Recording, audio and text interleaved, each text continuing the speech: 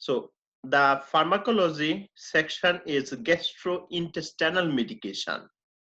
So gastrointestinal means the medication we use for gastric and intestine problem. Gastro means stomach, right? Stomach or intestine means duodenum, small intestine, or large intestine. The first category of gastrointestinal medication are proton pump inhibitor, shortly called PPI, proton pump inhibitor. So if you give a look on the name or at the name, you can see proton pump inhibitor means this group of medication works on the proton pump receptor and they inhibit the receptor and reduce the gastric acid production. So basically proton pump inhibitor we use for gastric ulcer or duodenal ulcer, right? Duodenal or gastric. So it is the anatomy of the GI stomach or duodenum. You already finished this section. So if anybody has a gastric ulcer or duodenal ulcer, or sometimes it's called gastroesophageal reflux disease, shortly called GERD, or Zollinger-Ellison syndrome, we use proton pump inhibitor. As I told you, if you read the name of this group of medication, we can understand the mode of action. They inhibit the enzyme needed for gastric acid secretion. And finally, they reduce gastric acid production. What is the name of gastric acid? Hydrochloric acid. Hydrochloric acid is very strong acid in our stomach. They kill the bacteria ingested in the body with the food. They kill bacteria virus. But when secretion is too much, they causes the problem and patient develop the gastric acid or duodenal acid, gastric ulcer or duodenal ulcer.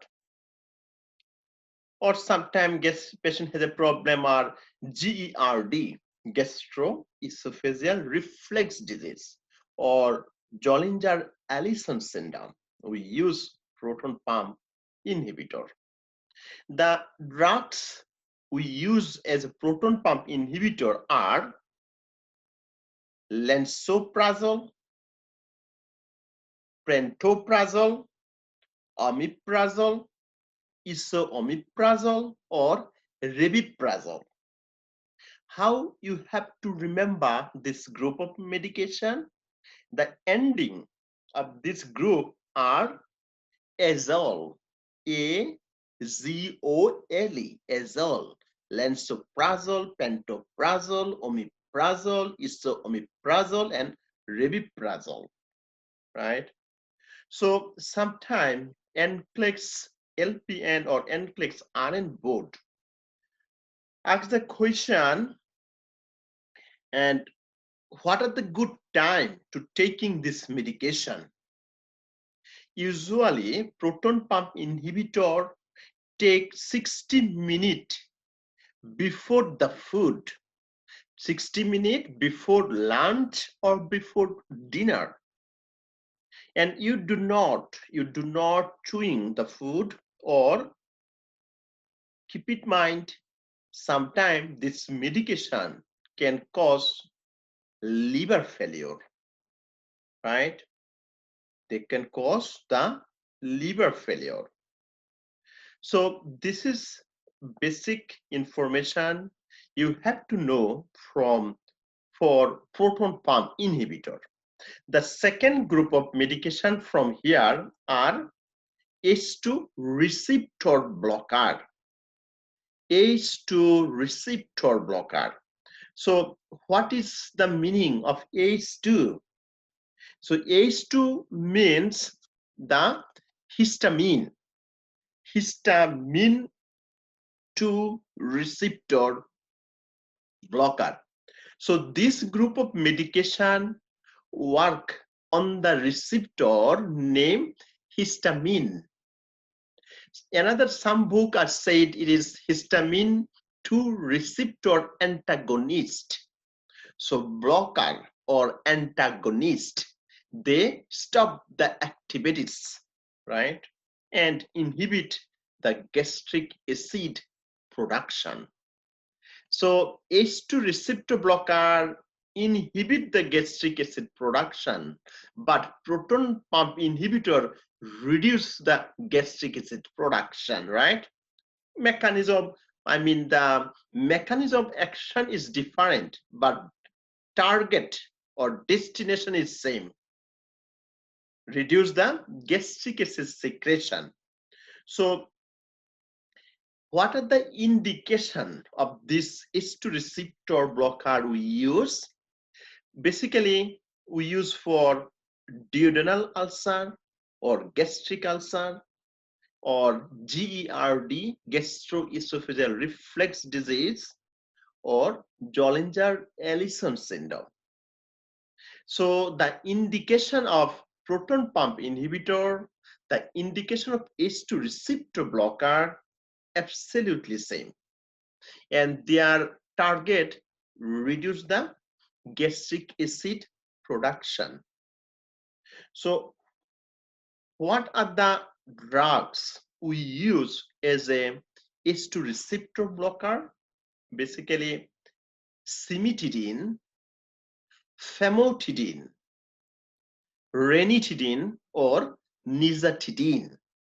So most of them end is a tidine, cimetidine, ranitidine, famotidine, and nizatidine, and by tidine, right? As I told you, the mode of action, they blocks the histamine receptor in the stomach and reduce the gastric acid production. So these groups of medication, histamine H2 receptor blocker, used to prevent the ulcer and reduce the stomach hydrochloric acid. As the proton pump inhibitor, it is good if we give this medication with or before food, before lunch or dinner.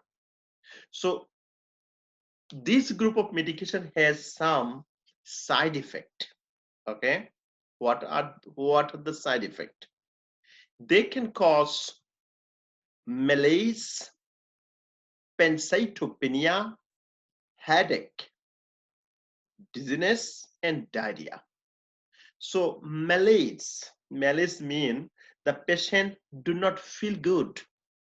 The most important problem are pancytopenia.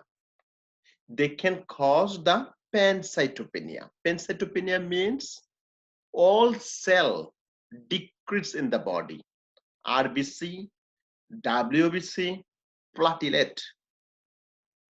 If RBC reduce, patient develop anemia. Anemia lead to heart failure. If WBC reduce, patient attacked by infection. If platelet reduce, patient complain of hemorrhage, bleeding disorder, right? So it is a major problem if patient develop pancytopenia. But keep in mind, Cimetidine. Cimetidine, one of the members of H2 receptor blocker. Cimetidine can cross the blood-brain barrier.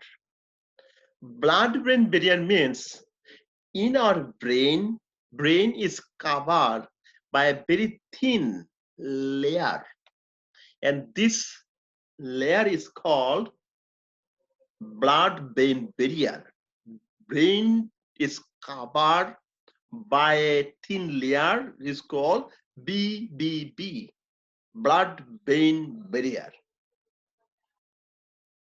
So cimetidine can cause the blood-brain barrier, get entered inside the brain, and they have some central nervous system side effect, such as confusion, hesitation, depression, and anxiety.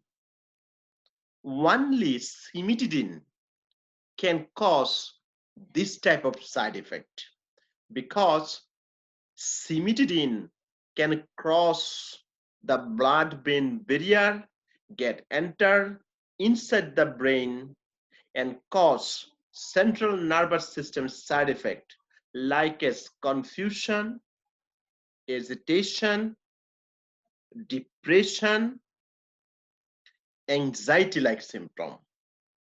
But ranitidine, famotidine, or nizatidine, they do not do anything like this. Proton pump inhibitor, the major side effects are urinary retention, blood of vision, dry mouth, and dyskinesia. Proton pump inhibitor also can cause constipation. So you have to educate your patient. They have to take enough fluid, water, and fiber containing food. The third group of medication is here is called antacid. Most common, most popular. All of the gastrointestinal medication like antacid, histamine 2 receptor blocker, proton pump inhibitor, or cimetidine, or all of them you can buy from the counter, over the counter, right? Antacid. Antacid is a neutralize the acid in the stomach. The proton pump inhibitor or H2 receptor blocker reduce the gastric acid, whereas the antacid neutralize the acid in the stomach. Neutralize, right? So acid be neutralized, less the strength, and protect your stomach, protect your duodenum, right? So antacid, usually most commonly we use calcium carbonate, or we use the aluminum based antacid, or aluminum and magnesium based antacid. Another one we use the calcium carbonate, also the antacid. So antacid better to use after food, after lunch, or after dinner. So some books said antacid better to give 1 hour after meal with full glass of water, and can reduce the effect of antibiotic due to the blocking absorption of medication, right? So it is better do not give antacid and antibiotic together. And if the antibiotic are aluminum carbonate, then can cause hypercalcemia. If aluminum magnesium based, they can cause hypermagnesemia. If it is calcium carbonate, can cause hypercalcemia.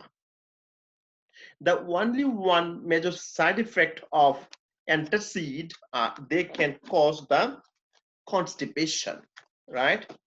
They can cause constipation, I said. So here, again, I said, if you give the antacid, you have to educate the patient, take enough fluid, also fiber containing food. So if I said, what are the indication of antacid? As like other gastrointestinal medication, we use for peptic ulcer disease, we use for GERD or gastroesophageal reflux disorder, and side effect is only one. They cause constipation or sometimes diarrhea. It depends upon what are the component you are using. If you use the magnesium based antacid, they can cause diarrhea. If you use the aluminum based or calcium based, they cause constipation. I want to recap some key points, what I told before. So antacid, better to take 1 hour or 3 hours after dinner or lunch, or you can take at the bedtime, and take at least 1 hour before or after other medication. Now go for the other group of medication from this box are antiemetics, right? Antiemetics basically we use for nausea, vomiting, or any kind of disturbance, and they prevent and treatment of the nausea and vomiting, especially antiemetics. You see, antiemetics prevent and treatment of nausea and vomiting. Nausea means desire of vomiting, and vomiting means something expel out through your mouth, okay, upper GIT. So antiemetics basically we use for nausea and vomiting due to any motion sickness, or if patient use a chemotherapy, radiotherapy, or after any kind of surgical operation. After surgery, patient has a complaint of nausea and vomiting. After chemotherapy, patient has a complaint of nausea and vomiting, or after radiotherapy, patient has this problem. The most common antiemetics we use for the patient are ondansetron. NCLEX would like this medication, ondansetron or Zofran. Ondansetron is most important. You have to know the name. This medication work or mode of action are, they block the serotonin receptor, right? Especially chemoreceptor trigger zone, they work. The common side effect of this group are they cause headache, heartburn, dizziness, and GI upset like diarrhea. But some of the patients also complain the constipation. The key point you have to know from this group, we have to administer this medication prior to chemotherapy. If patient has a nausea and vomiting because of chemotherapy. Chemotherapy means chemical medication for cancer or neoplasia. So also it is important or about the all group of gastrointestinal medication, we need some intervention, and this is called nursing implementation. So as a RN or LPN, you have to know this basic information, and this information frequently asking in NCLEX board. Antacid or proton pump inhibitor or H2 receptor blocker may reduce the effect of antibiotic. So this group of medication and antibiotic do not give together. Separate dose by 6 hours after or 2 hours before antibiotic. It is good to get the better effect. Please don't forget this. Also, you have to teach your patient avoid high protein or caffeine containing fluid or diet while taking the histamine 2 receptor or H2 receptor blocker like famotidine or cimetidine. Also, you have to reinforce your patient. If your patient take the proton pump inhibitor, do not broken down, do not crash out, do not chewing this one. You have to teach to use some caution with the following drugs while taking the H2 receptor or proton pump inhibitor. Do not take together, right? So who they are, like theophylline. Theophylline basically we use for respiratory problem. Warfarin or coumadin, anticoagulant. Phenytoin we use for antipsychiatric medication, or prescription medication for any fungal or yeast problem, or diazepam, digoxin, propranolol, or calcium channel blocker. So not together. You have to know this type of information for NCLEX board. Also, we have to monitor for any extrapyramidal reaction with the antiemetics. Extrapyramidal, right? Extrapyramidal reaction means like some of the medication like antiemetics, especially the ondansetron sometimes cause extrapyramidal reaction. What does it mean? They causes the neuroleptic malignant syndrome.